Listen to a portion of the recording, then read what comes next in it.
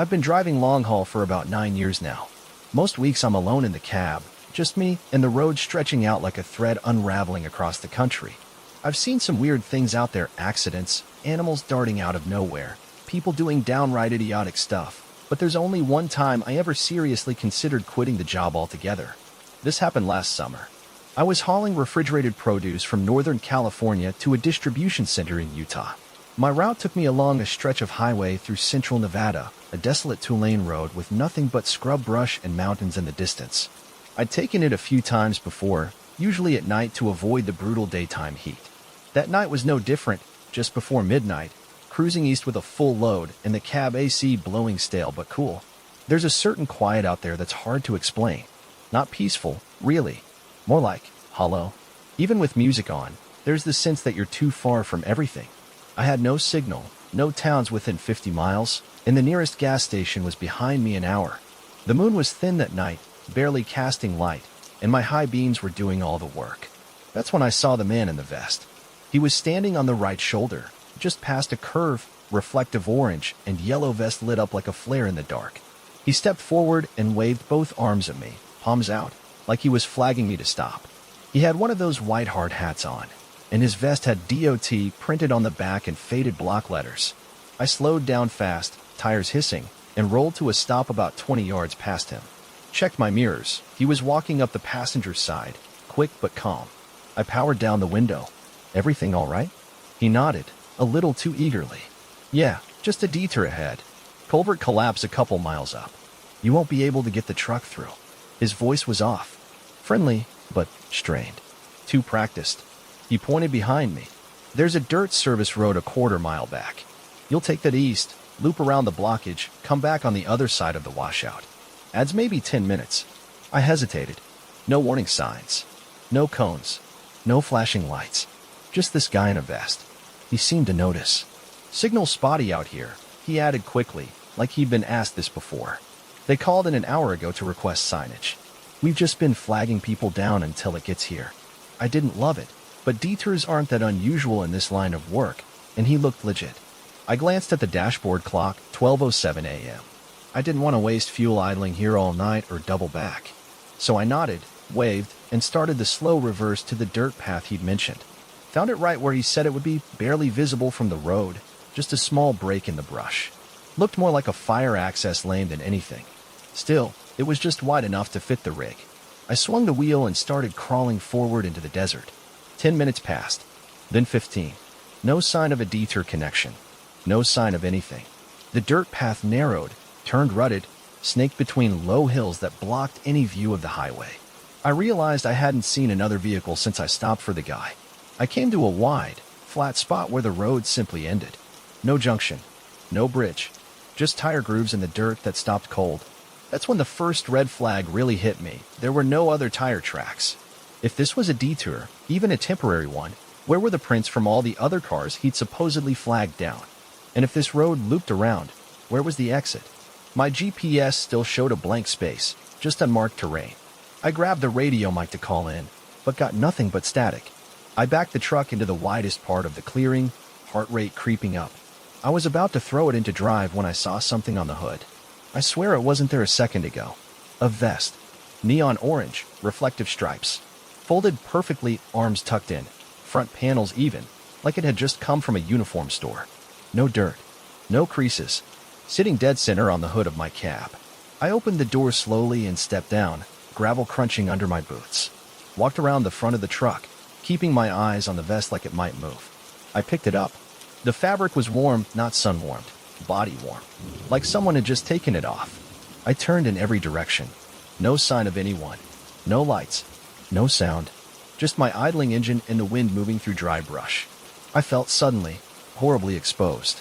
I threw the vest into the cab and climbed back in, locking the doors out of reflex. That's when I looked at the dash cam footage.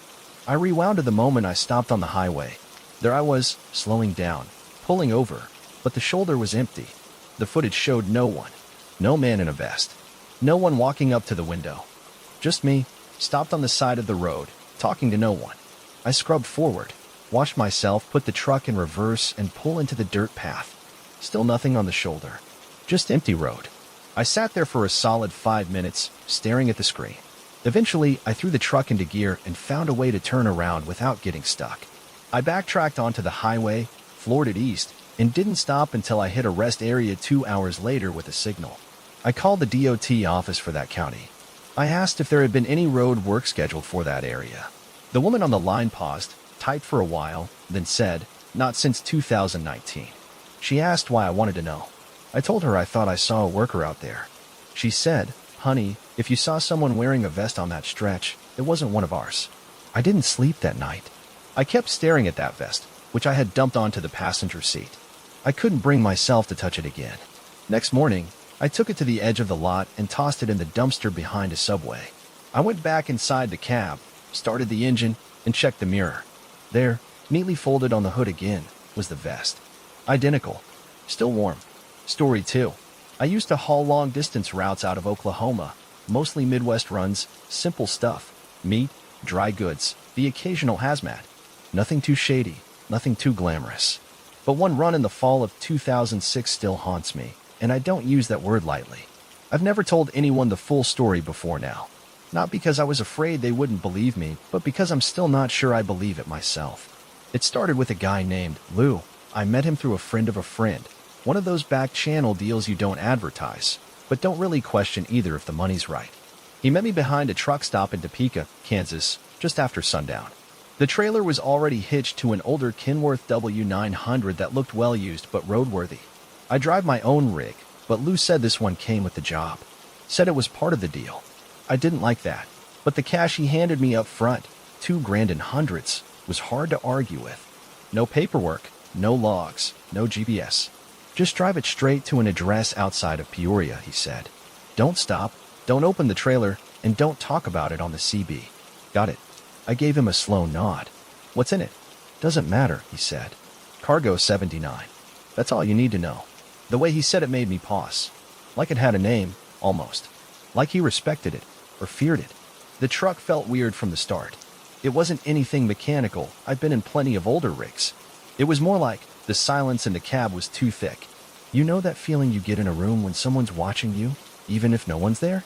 Like the air has weight? That's how it felt. From mile one. The dash clock blinked at me. 12 o'clock. I adjusted the seat and mirrors, settled in, and pulled onto I-335 heading east. The night was dead quiet. No radio, no music, just the hum of the engine and the tires on asphalt. About 40 miles in, I glanced at the dashboard clock again. It now read 11:47. I thought maybe I just misremembered the time when I left, but after the next hour passed, I checked again. 11:16. I tapped it, like that would help. Then I pulled my phone out to check the real time, 2:08 a.m. That's when it hit me. The clock was running backward. I tried to shake it off. Trucks have quirks, especially older ones. Maybe the clock was busted, who cares? But then I started hearing whispers. It was so faint at first I thought it was static from outside, the kind of white noise you get when wind slides past an open vent. But this was different. I turned off the fan. Still there. I leaned forward. It was breathing. Not mine. Something shallow and steady, coming from just behind the seat. A slow inhale, then an even slower exhale. Like someone asleep, except every hair on my neck stood up. I checked the sleeper compartment. Empty. Shined a flashlight under the bunk. Nothing. I even pulled over on the shoulder for a minute, climbed out, and walked a full circle around the truck with the beam of my flashlight cutting through the dark. Trailer was sealed. Padlock still intact. I got back in and kept driving, because what else was I supposed to do? About an hour later, I finally turned the CB on, more for comfort than anything. Even just hearing other truckers shoot the breeze might help me stay grounded. I tuned to 19 and left it on low. It was mostly dead air, until a voice crackled through, soft but clear. Driver of Cargo 79, you're behind schedule. I froze. The voice was raspy, male, but not someone I recognized. You copy that, Mitch? My hands tightened on the wheel. I never told anyone my name. Breaker 19, I said into the mic, keeping my voice steady. You got a copy? Who is this? Silence. Then static. Then, do not stop again. That's when I noticed the temperature in the cab had dropped. I reached for the heater, but it was already on high. I could see my breath fogging in front of me. My knuckles were stiff from gripping the wheel. I passed an all-night diner just off the interstate and almost took the exit. I was desperate to get out of the truck for even 5 minutes. But I remembered Lou's warning, don't stop. I pressed on. The road got emptier and emptier. At one point, I realized I hadn't seen another car or truck in almost an hour. No taillights, no headlights in the mirrors. Just the sound of tires humming, and that damn breathing, louder now, almost urgent. Around 4 a.m., I crossed into Illinois. The address I'd been given was off a state road near a place called Glassford, about 20 miles outside Peoria. As I neared the destination, I slowed and took a gravel turnoff. The air felt heavier the closer I got. Trees pressed in on both sides like they were watching. The address led to an old farm with a single barn out back and a floodlight mounted on a pole. There were no other vehicles, no people, no instructions. Just a laminated sign nailed to a post that read, "Back trailer into barn. Leave engine running. Do not exit vehicle." My skin crawled, but I did what it said. I backed in slowly, the trailer groaning over the uneven ground. As soon as I was fully inside, the floodlight cut out. Everything went black. I killed the engine, and the sudden silence was deafening. For the first time in hours, the breathing stopped. I sat in the dark for a few minutes, waiting. Then my curiosity got the better of me. I broke the first rule. I opened the cab door, dropped down, and walked around to the back of the trailer with the flashlight in my hand. My boots crunched on old hay and gravel. The padlock was gone. The doors weren't even latched. I hesitated, then swung one open. The trailer was empty, completely empty, except for a metal chair bolted to the center of the floor, and a single set of handcuffs hanging from the ceiling, swaying slightly. They clinked against the metal beam with the motion, soft and rhythmic. That's when the smell hit me, like rust and ammonia and something older, something sweet and rotting. I turned to run, but someone was standing at the open barn door, just outside the faint beam of my flashlight. I couldn't see their face, just the outline of a man, tall and still. He raised a hand slowly, and I saw something glinting in it. A key. I bolted past him, didn't stop running until I got back to the truck. I fired it up and peeled out, not even caring that the trailer was still in the barn. I drove the Kenworth to a gas station near Galesburg, parked it behind the lot, and walked away. Took a bus back to Oklahoma. I never contacted Lou again. Never heard from him either. But 2 weeks later, I got a small envelope in the mail. No return address. Inside was a Polaroid. It showed the inside of that trailer, the chair, the handcuffs, and me sitting in the chair, eyes wide, mouth open in a scream I don't remember making. I burned the photo, but sometimes, when I'm trying to fall asleep, I still hear that breathing. Right behind me. Story 3. I've been an over-the-road trucker for about 13 years. You name a highway, I've probably slept in a rest stop off it. I've hauled everything from construction equipment to frozen chicken parts. The long hours don't bother me, I actually like the solitude. But one night in Colorado changed the way I feel about being alone on the road. I still don't really know what happened out there, and I don't talk about it much. But lately, I've been having dreams about that tunnel again, so maybe it's time I tell someone. This was back in October of 2021. I was hauling a refrigerated load from Portland down to Albuquerque. Tight deadline, no time to screw around. I had crossed into Colorado around midday and started seeing the clouds roll in over the mountains by late afternoon. By the time I hit Highway 285 southbound, it was full-on storming, the kind of sharp, high-altitude weather that hits fast and doesn't let up. My dispatcher warned me over the radio about potential closures through Poncha Pass. Said CDUT was monitoring conditions.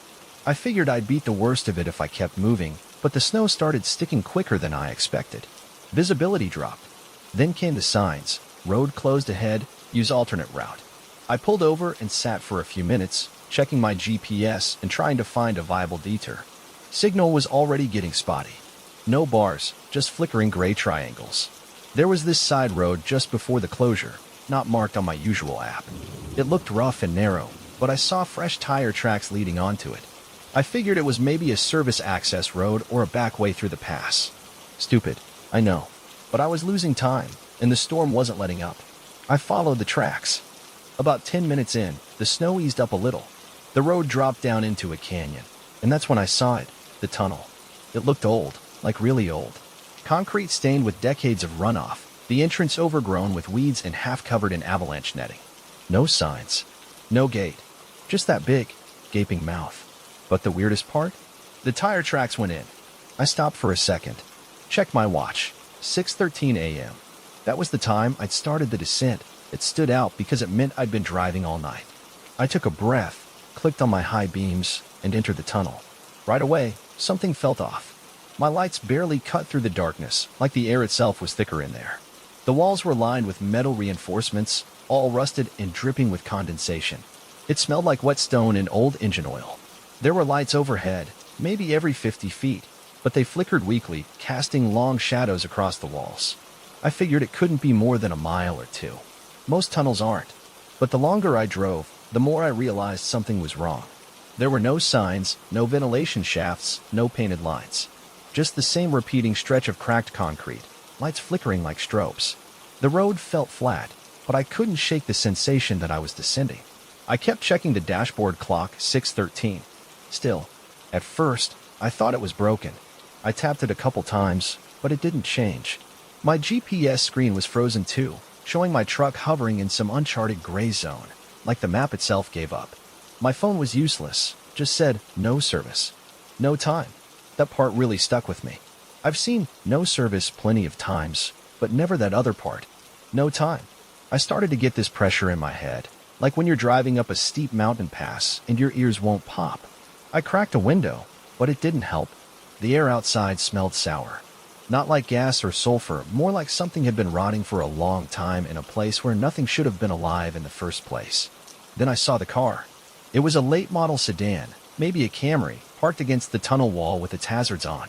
No one inside. Driver's door open. Headlights off. Just sitting there in the dark. I slowed down, honked once, leaned out my window, nothing. No movement. The interior looked like it had been torn apart. Papers, bags, even a shoe strewn across the seats. Something in me said to keep going. So I did. I don't know how long I drove after that. It felt like hours. The tunnel never changed. No curves, no exits, no end in sight. Just that same stretch looping over and over.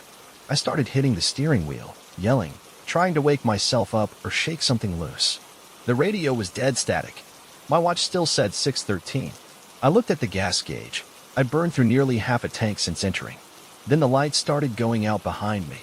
One by one, every flickering overhead bulb began to die, like a fuse being blown in slow motion. Darkness chased me, swallowing everything behind the trailer.